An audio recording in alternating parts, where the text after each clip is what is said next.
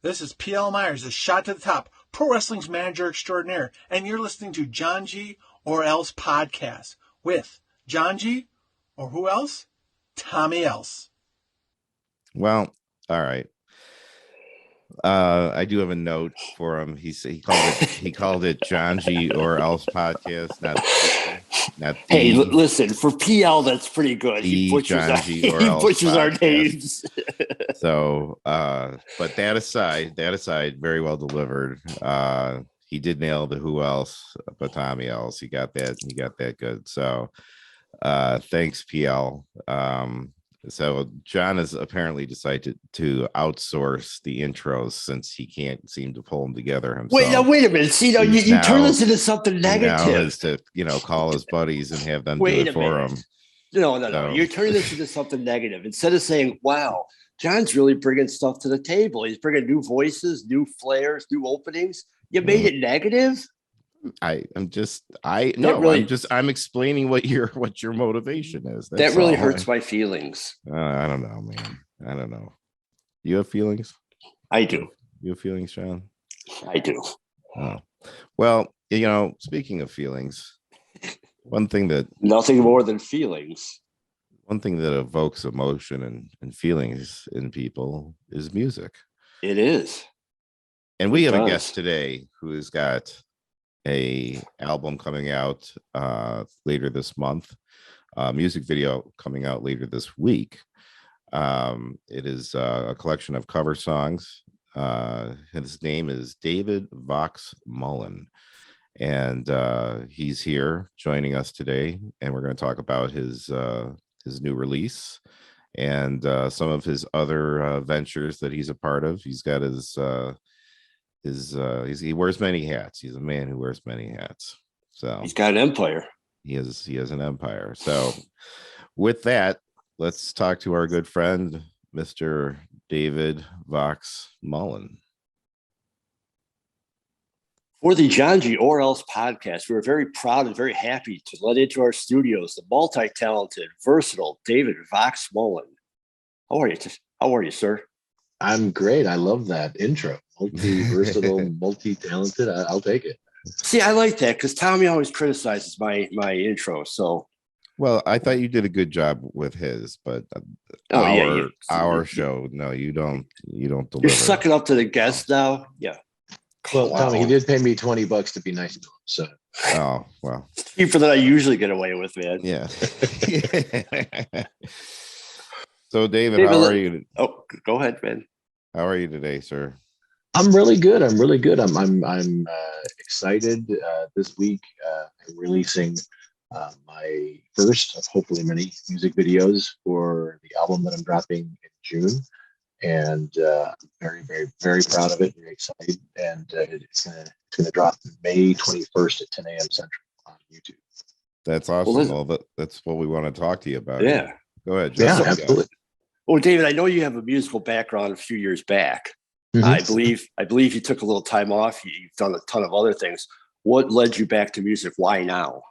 Well, I mean, I was in my band, The Slipstream, which was a nationally touring band for about a decade, and it was a wonderful ride, and I loved it. I loved the guys in the band, and we're brothers to this day. But that stopped, and I started getting into comedy and acting and voiceover and radio, and just started doing just anything I could to just be a performer. And I've recently kind of made the decision to start focusing a little more heavily into stand-up comedy. And as you know, as the pandemic was going by, and I was cleaning up my computers and stuff, and I had all these pieces of unfinished recordings and things that I wanted to do, and it was kind of like, oh gosh, those might be someday, and then after a while I realized I had a whole bunch of cover songs that I started and never really finished, and I said, what would be fun is to just do a bunch of covers and just release a cover album, just to do it, just for no other reason than to just do it, because you really won't get paid by it because it's not my music, right. The licensing alone, any money that I would have made just goes right to those publishers, which is great. I mean, that's fine. But maybe someday someone will cover my original stuff. But it was just the stars aligned, and it was just a unique timing that it was just perfect to kind of purge that from my musical shelf that I had a bunch of dusty projects on, and I just kind of wanted to get that out so that I can do that and then feel like I've released yet another baby into the world, and then I'm gonna do probably more stand-up. Nice. Yeah, I can relate to a lot of what you just said. Like I just the other day was, I hooked up a hard drive where I was going through some old, recordings that I had done and stuff. And I just haven't, it's you get distance and time from them, where you haven't spent, the last 3 days playing the same thing over and over again. And then you just overanalyze it. And then you finally get some distance and you can hear it kind of a little fresher in your head and be like, absolutely, that's exactly right. Yeah. Some of these tracks were, go ahead. No, I was just gonna say, it's like you hear it and you're like, yeah, it wasn't as bad as I thought it was, or that's that was good, I was you kind of touched on something I was going to ask about, and that is with the songs on this album being covers, what is the process as far as like getting the permissions and stuff to do it? So what you're talking about is licensing, right? And so the good news is all of the songs that I covered were from predominantly well-known and established artists, so it wasn't very hard to find out who their publishers were. And so I had to approach the publisher and basically ask for permission. Yeah. And it's not as hard as you think if you're willing to spend some money. Sure. Says, oh, you want to do this? Sure, we could do that. It'll be, X and Y, Z. So yeah, I had to invest a little bit of capital to be able to produce this project, which is fine. That's it's all fair. And honestly, I love every artist that I covered on this. So it was like, in my mind, it was an investment of passion and respect. So I had no problem doing it. And you get the licensing, and then you have to provide that to. I also am a published musician, so I have to go to my publisher and say, okay, so here's the rights I purchased for this, project, and so now. And then you have to integrate all that together then. So basically the legal stuff is out of my hands, and I let the people who get paid lots of money to do that stuff handle it.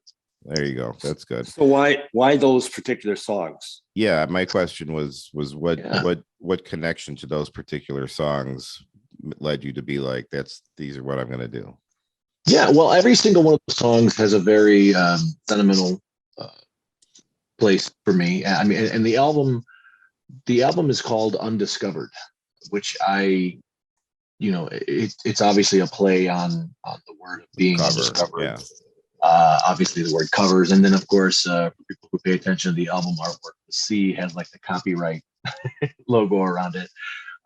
So just little tongue-in-cheek sarcastic things. That's just who I am. But the main track, the first track, is going to be Phil Collins's "Take Me Home," which is a great song from 1985. He did right off of leaving Genesis, and he was doing that was the No Jacket Required album, which was amazing. It was that track, and but In the Air Tonight. I mean, everybody knows that song, especially the drum part. And it just that song always resonated with me when I was young. It reminds me of a time when I was just a young kid. I don't think I was even 10 years old at that point. It was like 8 or 9 years old. I would have been like 7 or so, something like that. Yeah. But I just remember, going out with my friends, riding my bike up and down the neighborhood, and so, it was just one of those things. So the whole project is sort of a nostalgia piece for me. So every song on there kind of references a different part of my life and growing up, and that certain songs have meaning. But it's all based in nostalgia, which is the whole point of a cover album. Really, it's kind of like everybody goes, "Oh yeah, I remember that song." Some songs are older than that. Some songs are more current than that. But it was just, if you listen to the album, you'll definitely hear like, "Oh yeah, I get the vibe of this guy's generation."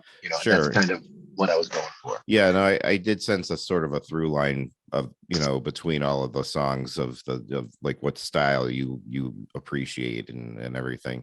And I think one of the cool things about cover albums is that while there are a lot of people who be like, oh yeah, I know that song, for some people that's their first time hearing that song. and you're the one who's exposing them to that song. And sometimes because you're the first one they heard do it, they'll be like, well, they go back and listen to the original, like, well, I still like this guy's better, so. Yeah, no, exactly right. There's plenty of songs that just throughout life I'd listen to and think they were really cool. There was a song, ironically I didn't do it, but there was a song that I love. Oh, it was, I want to say it was All Along the Watchtower on U2's Rattle and Hum back in like 1988. Yeah. And I'm jamming it and and then my mom walks into my room and she's singing along. And I'm like, how the hell do you know this song? Yeah. She's like, that ain't new, kid. Yeah. And then I had that exact. Few big guys have done that one. Yeah, and I had, well, it was funny, and I had to call my mom because I had the exact same experience with my daughter. She was, roughly like 14, 15, and she was listening to, I want to say it was Paramore who covered My Hero from the Foo Fighters. Oh, she's yeah. jamming it, and I just start screaming along, there goes my hero. And she's like, how do you know this? I was like, girl, they didn't write that song. And so I had to call my mom and be like, oh, I totally had that moment. Yeah. Now, did you play the instruments, David? Yes, I 99.9% of all the instrumentation you hear on that project, I did. There's a couple of pieces that I did farm out to other musicians, but overall, it's all me. I mean, every bass, every guitar, every key, the majority of the drums. Where did you record? Well, because these were all pieced together, all different various places.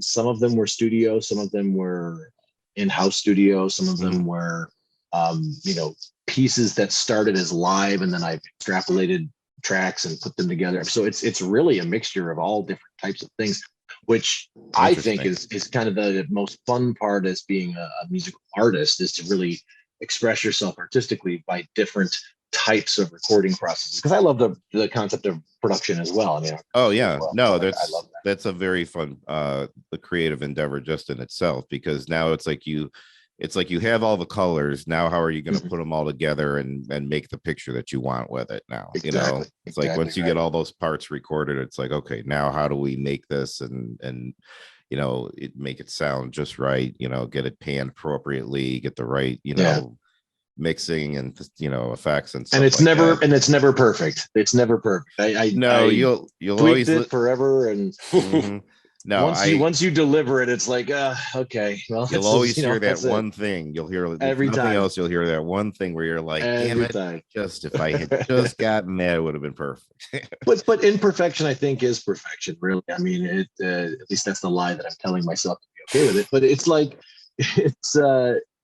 if it was too perfect, there's a coldness to it, and so I definitely want people, when they listen to it, to almost imagine like it's being performed live, like this would sound like if you were seeing me on stage with other musicians and things like that. And who did the cover art? Where'd you get the cover art for it? I did that. Yeah, I did. Oh, that. really? You did that? Oh, very all right, very good. Wow. Thanks. Yeah. And what was your inspiration for it? I mean, just so. I had seen someone's artwork online, which was influenced similarly to this art, but it wasn't the same. And I reached out to the artist initially, and I said, "Hey, I'm interested in maybe using your specific image for my album cover." And I reached out and never heard back. Reached out again, never heard back. So I was like, "Oh, can't use their image." And so then I just thought about it, and how, well, if I had recreated that image, how would I do it differently? And so that's very much what this was. So it's kind of interesting. Yeah. And so it's kind of, it just says a lot, I mean, it's from the perspective of the moon, or a moon of some sort. And, you're looking at the earth as, just this giant planet of potential, so to speak. And but I used the Fearless Girl statue from Wall Street, famously, because of what that represents, and just kind of how, like, I mean, just artistically, it was the idea of just kind of, I'm not afraid of the world.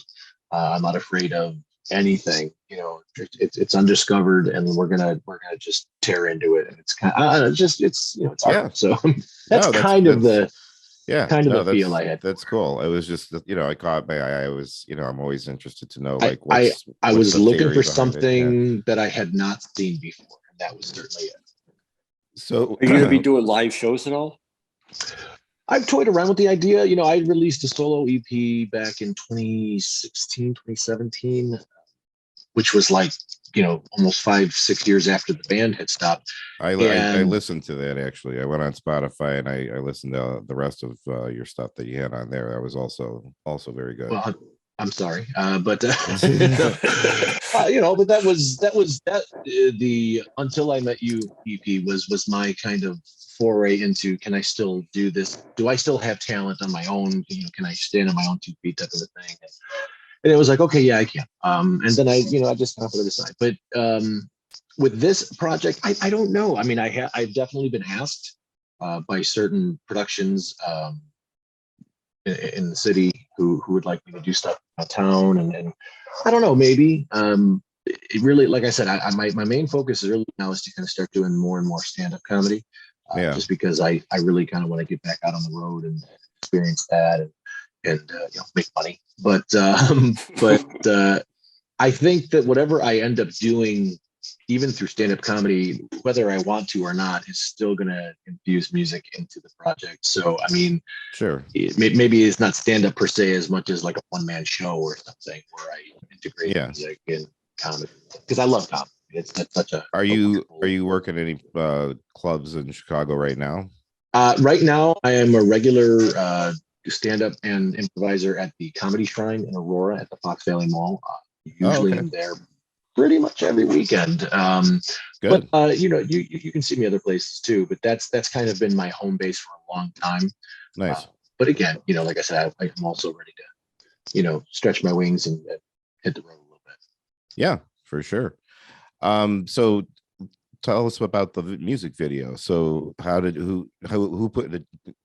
Did you put this together? Did someone else direct it? I mean, no, this is so Take Me Home was the video was produced and directed by a Chicago artist named Danny Reyes. Okay. I've worked with him on a handful of projects in the past. He shot my last video, Love Is a Funny Thing. And I just absolutely love his work. His eye is just, it's unmatched as far as I'm concerned. His photography is amazing. His film work is fantastic. His editing is amazing. And much like the last video he shot for me, I kind of showed him some of the songs in the preliminary stage of this album, and he just gravitated towards Take Me Home. He's like, that's the one. I was like, okay, cool. Yeah.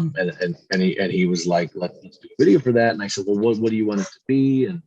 And what I like about the process of being the artist in the music video is I don't have really any say in the concept. It is if you hire a director to shoot a music video, in my opinion, is you let that artist do his thing. Right. Very similar to like, hey, I want this kind of tattoo, but you kind of let the tattoo artist kind of do their thing. They know better than you do. So right. And I'm yeah. and being a fan of art as well, it's always better having someone else's vision as opposed to your own. I really, honestly, I didn't really give him much. I just said, here's the song, and he came to me with his vision and said, this is what the song says to me. I mean, obviously it's not a new song, but he says this is kind of what the song, the way you performed it, the way your song performance of the song, right? Yeah, right. And so he has a really interesting concept of it's more of the voices inside your head, and the dichotomy between the face that you show the world versus the turmoil that goes on internally. And so he found different scenes and settings to kind of convey that.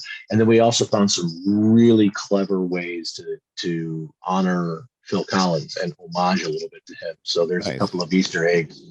There's an Easter egg in the actual music, and then there's an Easter egg in the video. There's a couple of Easter eggs in the video. This is blatant. I mean, you'll be like, oh, I get it, that's Phil Collins. But there's one part in the music, and I didn't even do this until we shot the video. And I went literally before we delivered the album to the publisher, I literally ran back and said, I want to add this thing. And it was just on one of the pre-choruses, I found a way to literally get some of Phil's vocal from the original song hinted in just hauntingly into my version. Yeah. So there's just a single little part where there's a harmony there. Yeah. And it's actually Phil Collins. So in a weird way, it's like I'm singing with Phil. Yeah, it's really cool. Yeah. Yeah. I don't know if he'll like it, but whatever. But yeah, it was just a really neat experience. And I'm a huge fan of Phil Collins. Like I said, I've been listening to him and Genesis and all of his stuff ever since I was a youngster. And so it was just a neat thing. That's cool, man. But the video comes out May 21st, so I'm really pumped to see how it looks. I actually haven't seen the final cut, so I don't know how it's going to look. Oh, wow. Oh, it's exciting. I got to ask you, David, as a comedian and a musician, have you ever given thought to doing like an Al Yankovic, combining the two and doing any parody stuff? So, my version of what that would be closer to like a Jack Black, like a comedic rock and roll thing. And honestly, as much as I'd love to do that, I think Jack and Tenacious D have done such a fantastic job with it that I kind of feel like there's really no more space for that. Right. Right. Okay. The need has been met. Yeah. Kind of, but and again, Al is so good. I'm a huge Al Yankovic fan. So like, again, it's like after everything he's accomplished, it's kind of like, why try now? Yeah. The problem is everyone's always going to be like, well, he's trying to do Weird Al, but you'll always be, lower on the totem pole no matter what you come up with. Well, and there's plenty of comics who do parodies in their act. I see it all the time. But like the thing with Al is because of the lightning in the bottle that he's captured is until he dies, as long as he keeps doing contemporary music. Yeah, but until he dies, every song that he picks is always contemporary. He'll always be relevant because he's always doing current music. Yeah. Right. So it's like there's really no point in doing that. So it's a terrible question, John. You should really never ask those questions again. I'm telling you, this is what I deal with. No, but I find ways to bring music into my act. And there's definitely a piece of it in there. So anybody who comes to see me perform will definitely, if they're coming to see me because they love the comedy, they're going to get a little music anyway. If they're coming to see me because of my voice, they're going to laugh as well. So it's just a fun way to do it. Cool. You also do you have the whole David Vox Mullen Empire. You were involved in podcasting as well. I mean, is there anything you don't do?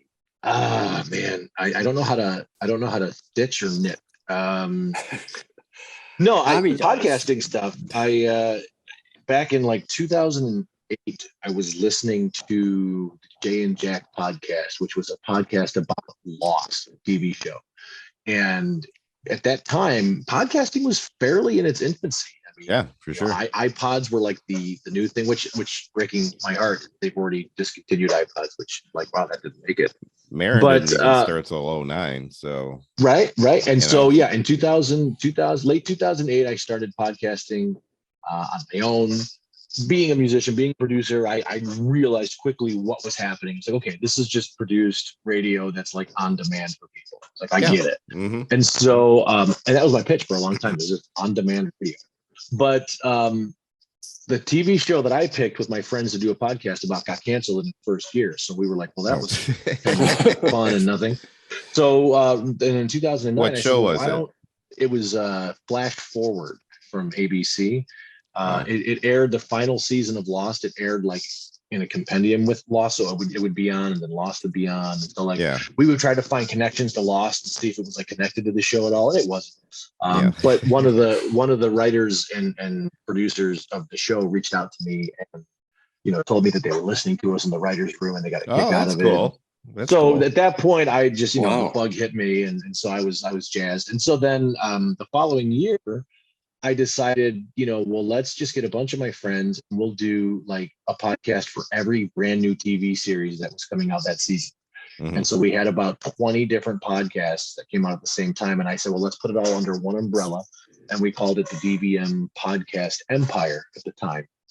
And then it ended up exploding on me, becoming this huge thing. And we had, like 80 different podcasters would come work with us, and we became like this huge network.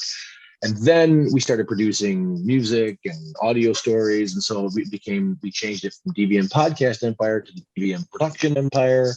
And then it was like, you know what, that's way too much on the tongue. So now we just call it DVMP. Yeah. And that's what it is. So dvmpe.com. And so now we've really turned it into, which has become the most lucrative for me, is really just a distribution platform. So now it's like, hey, if you want to create a podcast, we will help you get it off the ground, get it out to all the main platforms, Apple, Spotify, Stitcher, iHeartRadio, all that stuff. And we do it all for you. So it's kind of like, if there's a monthly fee, you pay it, and we'll get you out to everybody. All you got to do is hit the record button, and we'll do the rest. And Nice. and that's what we've been doing since probably about 13 years now. So and it's been great. It's fun, it's fun. It's not paying my mortgage, but it's still fun, Yeah. And that's what's going on in the podcasting world. I do a lot of stuff, man. I do a lot of stuff. Yeah. I haven't started wrestling yet. I haven't gotten into the. Well, maybe. PL's got to be your manager, of course. Right? See, I don't know. I'm thinking maybe I should be a manager. Right? Wouldn't that be fun? Oh, You should be a rival manager too, PL. Yeah. Ooh, and then PL and I can have a match. It'll be great. he's not going to like that. So I've actually I've known PL since I was 7 years old. Believe it or not. Yeah, we went to the same church, and we were both altar boys at the same time at one point. Wow, I was going to make a really inappropriate, like, touching joke, but you're already setting it all up for me anyway. So you just go right ahead. But yeah, no, it was he and I standing up there at the altar, blowing out the candles, giving out communion, all that stuff. And then I went to the YMCA day camp in Elmhurst, and he was one of the camp counselors there. And so I used to have to see him every day, and then I'd see him on Sundays, so and then we went like PL. Yeah, it is. Yeah. But it's funny because I remember way back then him being a huge wrestling fan. Like, even from the first day I met him, like, that was his thing. And then we went almost like probably about 20 years or so where I had moved away and I hadn't seen him and everything. And then my very first independent wrestling show that I worked, he was on it. And it was his first time in that company as well. And I was standing in the back, and it was like the second I saw him, I knew who he was. And I walked up to him. I was like, Paul? And and I'm like, it's Tommy Else. And he just right away was just like, oh my God. Yeah.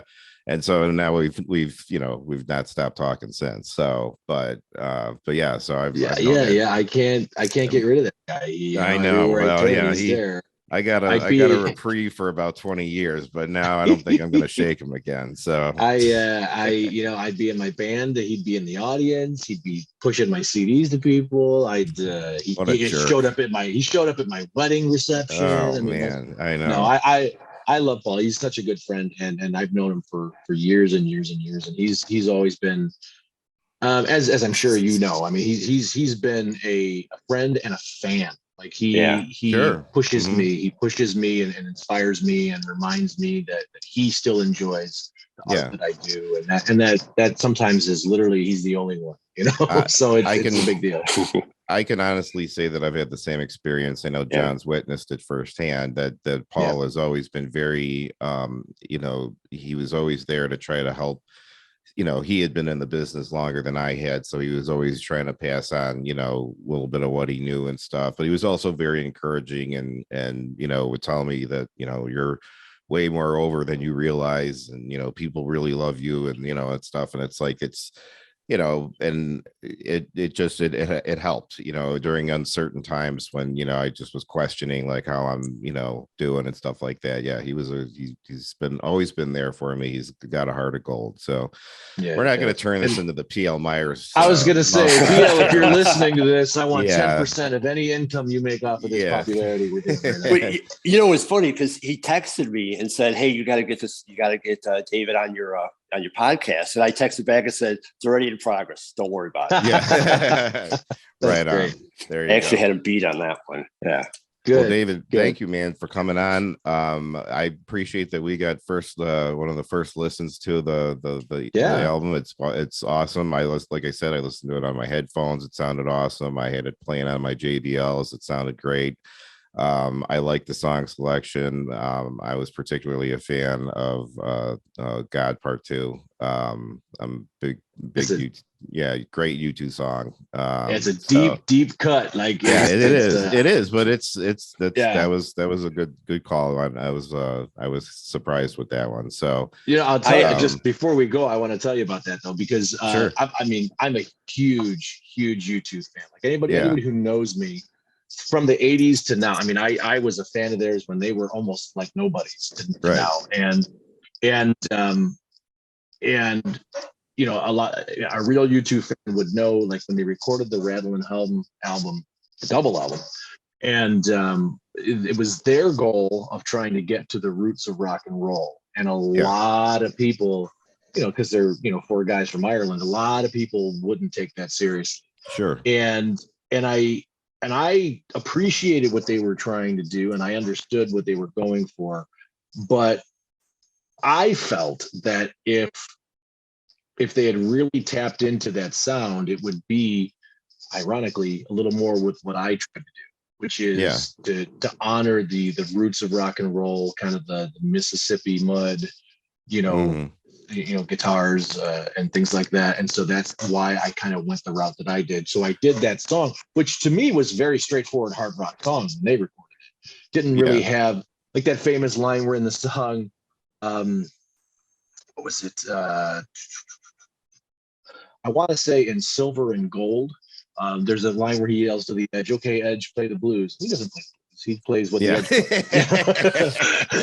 plays. And so it was just one of those things where I was like, I want to, and again, because I love U2, so it's not a slap or anything like that, but it was kind of like my way of saying, hey guys, I think this was the sound you were looking for. Yeah. And that's kind of, that's cool. But of course, so that's what I did there. And again, I could talk for hours about all these songs. But that's part of the fun of doing covers, though, is that it gives you that ability to realize the song in a way that maybe you interpret it differently. And it's not just, you're not just playing the same, you're not just playing the song. I didn't want to do karaoke. Right, exactly. You got to make it you got to make it your own. And you got to find a feeling in that song that you connect with to make that song your own and work for you. So, and I felt like you did that with all of these songs. So, good job. That means a lot. That means a lot. Thank you. I completely agree. My favorite was Hotel California. I thought it was a really cool version. I didn't tell you. This podcast is the first time anybody knows that it's on it, because I haven't told anybody. Scoop. No, it's okay. It's okay. It's totally cool. You can scoop it. I mean, I submitted. It's going to happen. But it was one of those things where that was the most intimidating for me, because it's like covering Hotel California is like covering Bohemian Rhapsody. And it's like there's a responsibility that comes with it. Yeah. And I can tell you right off the bat, I know that I didn't make it. I know that I didn't hit it. But it definitely. But it was just I said to myself, how can I do it differently than has been done over and over and over again? And so I tried to do a busted down, vocally, unique driven, and things like that. And so that's. And so, and again, it's Hotel California. I mean, we all have a story of Hotel California in our soundtrack of our lives. Right. So it was just, it had to go on that project. When I saw it on the list, I was like, that's a challenging one. That's going to be interesting to see how he does that, So. And I'm sure I failed the challenge. It's okay. No, I enjoyed it too. Yeah, no. And John had told me before we got on, he was like, I really liked Hotel California. I was like, yeah, man. So That's so neat to hear, man. That's cool. yeah. Well, thank you again for spending time with us, talking to us about it. John, Before we let you go, though, tell everybody yeah, where they could, because my where are people Clod gonna get podcast this? partner here is going to miss this part. Tell everybody where they could find all your information. Absolutely. Well, again, my name is David Vox Mullen, DavidVoxMullen, and that is my information across all formats of social media: Twitter, Facebook, Instagram, TikTok, Snapchat, Facebook. I mean, all of it. OnlyFans, whatever. And this will be on Spotify and like Apple. Oh yeah. And Oh, it's all going to that. be on everything. Yeah. No, Okay. like I said, I have a publishing deal with BMI, so it's going to be out everywhere: Apple, Spotify, Amazon, Okay. Pandora, everywhere. Well, Everywhere music is available. Right on. Well, we'll put a link to some of those places in the notes of the podcast here, so people can find it easily. We'll be looking forward to seeing the music video later this week, and good luck with it, man. And if you ever do play live, let us know. And Sure. but we'll also come out and see some comedy too. I'd like to come out and check you out live. So absolutely. No, I'd love to have you. Cool, all right, man. David, thanks a lot, buddy. It was good seeing you. Thank you so much, guys. I really appreciate you. Thank you. Appreciate it, man. You have a good one, bud. All right, you too. Bye. Right. Well, that was David Vox Mullen talking about his upcoming musical release and all sorts of other stuff. And Tommy, I love the guy. I've known him for several years. As we said, I was introduced through him through P.L. Myers, The Shot to the Top.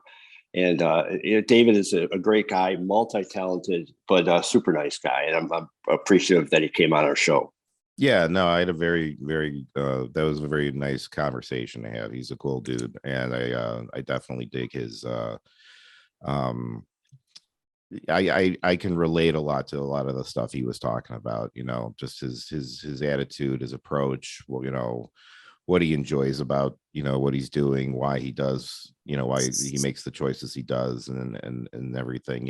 It's music, like any art form, is very personal, whether you're playing an instrument or writing a song or anything, and your relationship with music and whatever it is something that it in a way can make you vulnerable, and in other ways it can give you something to kind of hide behind a little bit, use it as a shield. So it's a real interesting endeavor when you take something on and present it to the world, like a collection of songs or anything. So yeah, I just really related a lot to the stuff he was talking about, and I think that he did a great job on it. I think he sells himself short on Hotel California, and yeah, he's humble, but I mean, I love the version. I get it. The Eagles are one of my favorite bands of all time because I'm old, but and I, for me to say that about him doing a cover of an Eagles song, and when I saw he was doing it, I thought, okay, this is going to be interesting because I love the Eagles, I love that song, and he did a different version of it, but I did thoroughly enjoy his version. Yeah, no, like I said, when I saw it on the track listing, I was like, it's a challenging song just because it's been covered a million times by people, and and you have to find a different way to deliver it. And like he said, he had to find his version of it, and that just takes time and the right inspiration, but I hope he does perform live. I know, other than the comedy, I know he performs comedy live, but I hope he does music live. I think that'd be fun to see. Yeah, and like I said, if he does, I know you and I'll have no problem going out to go see him. Absolutely, make that happen. I might even, we might even do a taco salad there. Yeah, if we can help it, we will. Yeah. All right, John. Let me ask you something real quick before we go, though. Go ahead, man. So, somebody's sitting around, right, and they've listened to David's album many times, and they've loved it. loved it, had it, and they want to learn more about it. Maybe they're looking to, maybe they'll stumble upon this podcast or something like that if it was posted on social media, and they'd have to hashtag it or something, and maybe it would lead them to one of your social media outlets. Where would this person find John Robleski on social media? Well, I don't have as big of an empire. I actually don't have any empire. I don't have as big of a platform as our good friend David Vox Mullen, but I do have a fair amount. I'm on social media, on any of the social medias at Johngy's Beat. You can also find me at johngysbeat.com. And most importantly, you find me on the Johngy or Else podcast alongside you, my dear friend. But where could they find you aside from the Johngy or Else podcast? They can find me at Tommy_else on Twitter and the gram. I heard that Elon Musk has got you on the list of people who will be removed from the twit if and when he takes control of the twit. So he'll either do that or it'll make you the mascot of the twit when he renames it. So it'll be. He's gonna get rid of Larry. Larry is the bird. The birds. Is it? I didn't know that. I didn't know. Yeah, Larry. Who named him Larry? Probably some guy named Larry. Maybe Larry Bird. Larry Bird. But it is really Larry. That's the truth. All right. Well, great. Why don't you take a swing and see if you can take us out of here, buddy? For the Johngy or Else podcast, I, of course, am Johngy. And with me, as always, who else but Tommy Else? Thank you for listening, folks. That was good. Very good.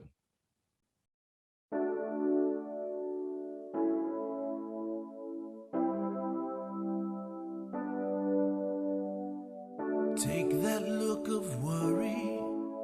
I'm an ordinary man. They don't tell me nothing, so I find out what I can. There's a fire that's burning right outside my door. I can't see, but I feel it, and it helps to keep me warm. So I don't mind. No, I don't mind. Seems so long I've been waiting, I still don't know what for. There's no point in escaping, I don't worry anymore. I can't come out to find you, I don't like to go outside. They can't turn off my feelings like they're turning off the lights. But I don't mind. No, I don't mind. Oh, I don't mind. No, I don't mind.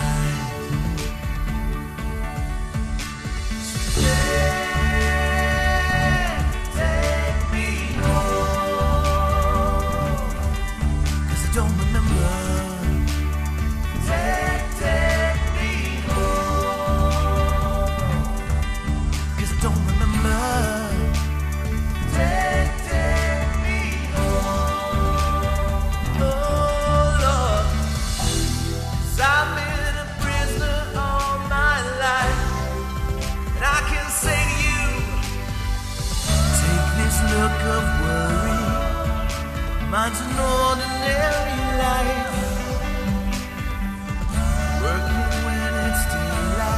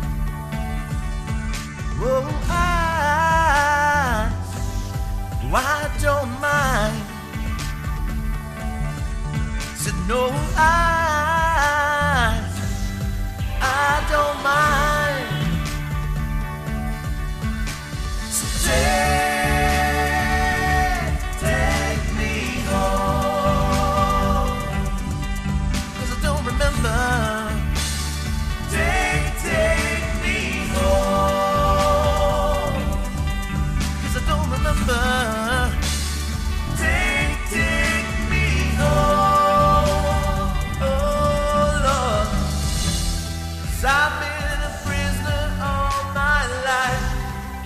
And I can say to you, but I don't remember